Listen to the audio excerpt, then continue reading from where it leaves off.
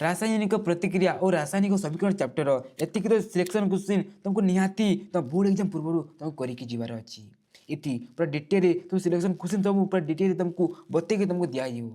आउ यार तुमको पूरा पीडीएफ तुमको दिज्व आम टेलीग्राम चैनल है यार पीडीएफ मुझे तुमको पूरा डिटेल सब किसी पूरा तुमको लिखिकी सब तुमको प्रोवाइड करदेवी किंतु देख मत तुम टे सपोर्ट दरकार आम चैनल को ग्रोथ करने से तुम मुझे छुटे कंडीशन रखुच्छे है देख मुझे तुम एक टंका नेबिनी किंतु देख पूरा इजी जहाँ तुम आराम से कर जहाँकि वीडियो को लाइक कर आम वीडियो को तुम जो भल लगुच कौन हो सब किसी तुम शेयर करके तुम कमेंट कर तुम इजी एक टंका नेबिनी देख तुम सिंपली लाइक जो 30 हो वीडियो मुझे करदेवी आउ आम कमेंट के 20 है एतिक तुम करदेव टेलीग्राम चैनल यार पीडीएफ मुझे सांगे सांग मुझे तुमको शेयर करदेवी देवी देख ये आम कौन जो सिलेक्शन क्वेश्चन गुड़ जो रही है ना आम डिस्कस करवा देख पूरा इजी क्वेश्चन आम एपरी आम चैप्टर आसी देख रासायनिक प्रतिक्रिया कौन बुझाओ आउ यार जो आम 4टी जो प्रकार रही तुम 4टी प्रकार जो रही लिखिकी उदाहरण सहित बुझा कह आराम से आम कर तो रासायनिक प्रतिक्रिया कौन है देख तुम जान गोटे जदि रासायनिक जब किसी परिवर्तन गोटे घटी थाए आगे किसी नूतन पदार्थ सृष्टि होते आम कौन रासायनिक प्रतिक्रिया कहूँ है मुझे डिटेल जाऊनी कहीं तुम यहाँ जानी मुझे जस्ट रिकल कर दूसरी है यार जो 4टी टाइप रही तुमको लिखार अच्छे जब सेपरी क्वेश्चन आँच आज क्वेश्चन को पूरा आम देखा रासायनिक प्रतिक्रिया कौन आमको यहाँ लिखार अच्छी देखी कौन कहला है निर्मुक्त है लिखाई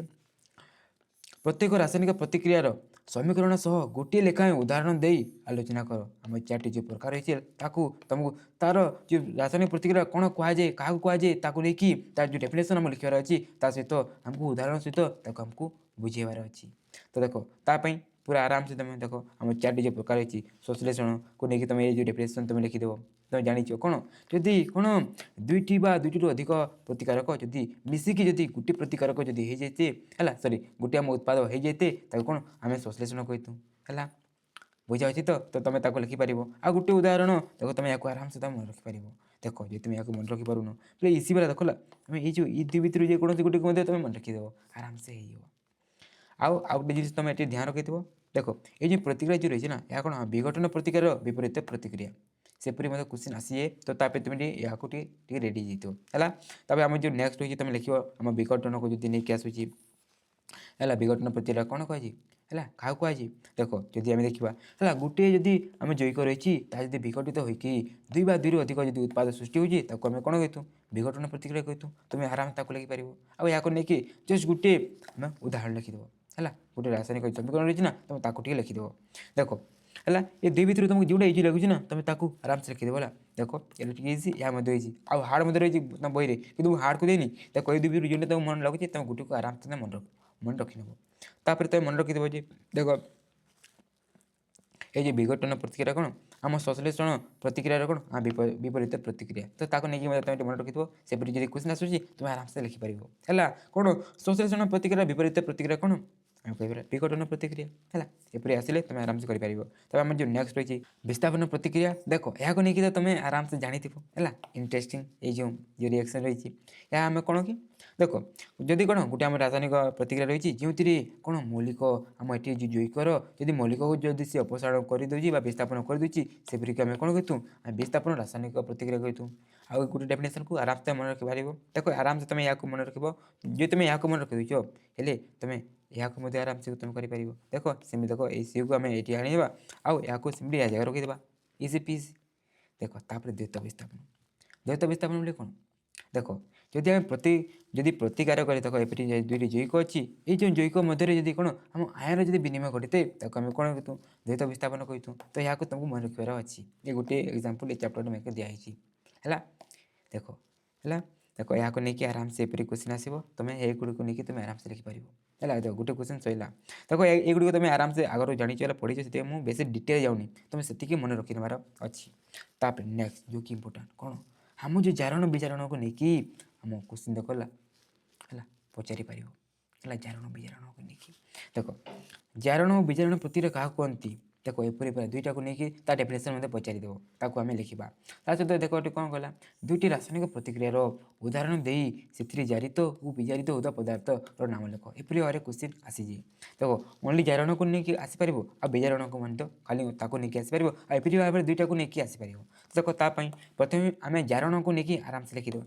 देखो आम जाचु कौन जारण में आम कौन ऑक्सीजन जोग होते आउ हाइड्रोजन कौन होते पीएग होते तो ताको नहीं आम एपरी लिखिपर आउ एपरी भाव गोटे कौन करवा आम ता उदाहरण आम देवा रासायनिक समीकरण देख एपरी भाव जदि ये देखा है देखो आम ये सी था आ सी ओ है तो ये देखले कौन आम जारण घटू देखो आम जो एग्जाम्पल आम देदेली तो ये आम किए जारित है देखो ये कौन कहला आमको किए भी जारित विचारित होना आम कहला किए आम जारित हो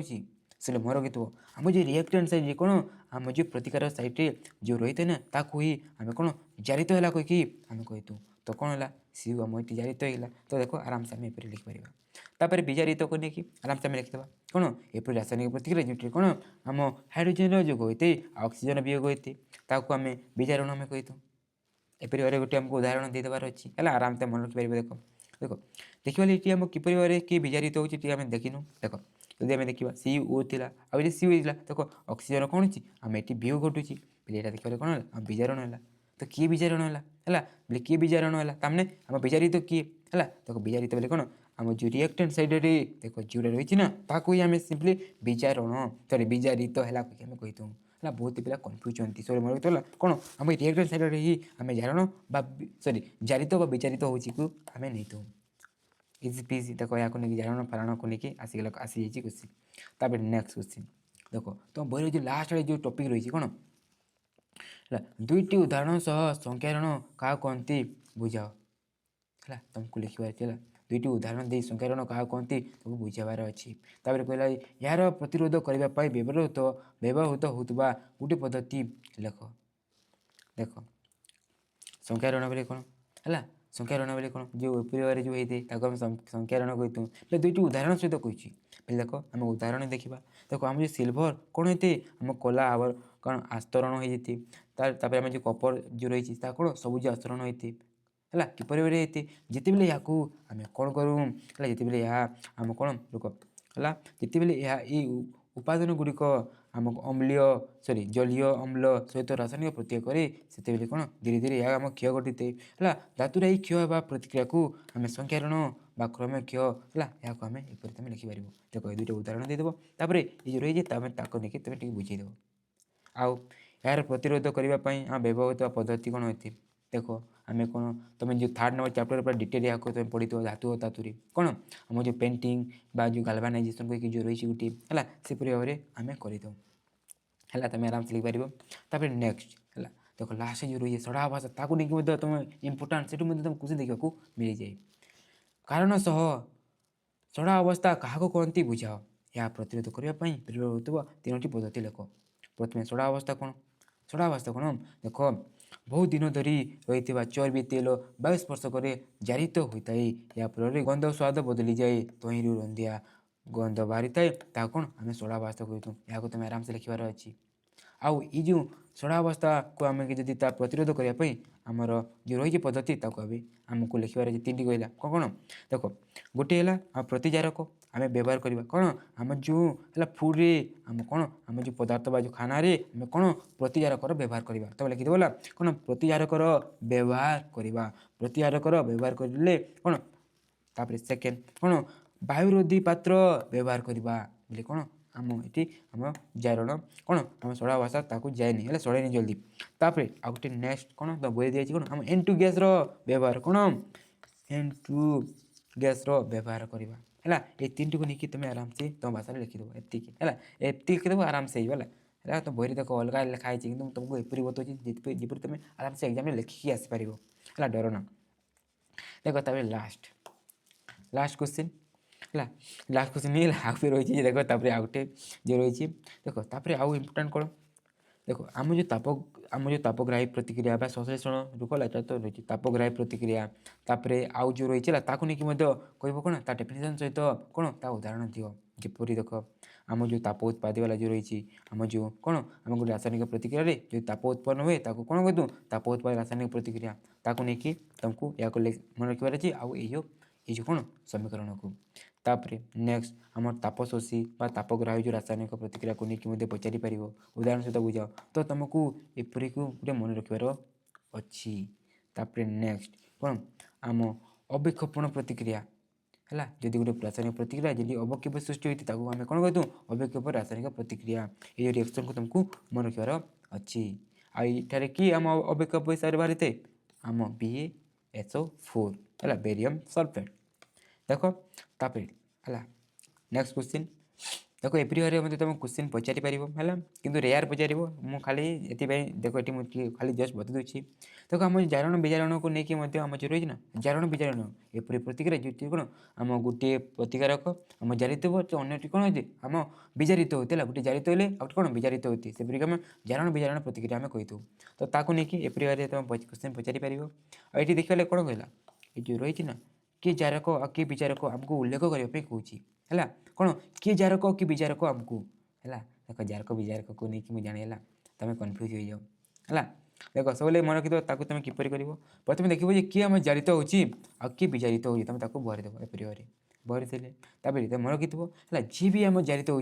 कौन आम विचारक जी जारित है से आम विचारक आउ जी विचारित है से कौन आम जारक तो एपरी तुम उल्लेख करदेव देखो तापर लास्ट ठीक कौन कहला यह अन्य क्यों रासायनिक प्रतिक्रिया है आम जो प्रतिक्रिया जो रासायनिक प्रतिक्रिया पढ़ी यह आम क्यों प्रकार गोटे रासायनिक प्रतिक्रिया कौन देखो एपरी भाव जब होते है देखो ये जो एफी ये हाइड्रोजन को देखो अलग जगह नहीं जाए कौन या गोटे विस्थापन प्रतिक्रिया जब तुम लास्ट देखिपर है इसी पीछे देखो आराम से कर तो या नहीं देख या डेफिनेशन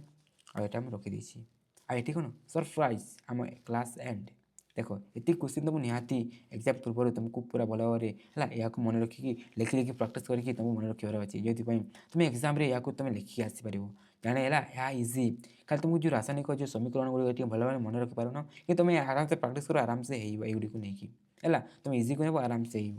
तो ये आम क्लास को कौन करवा एंड करवा आ मन पकई देती या भूलनी थैंक यू फॉर वाचिंग।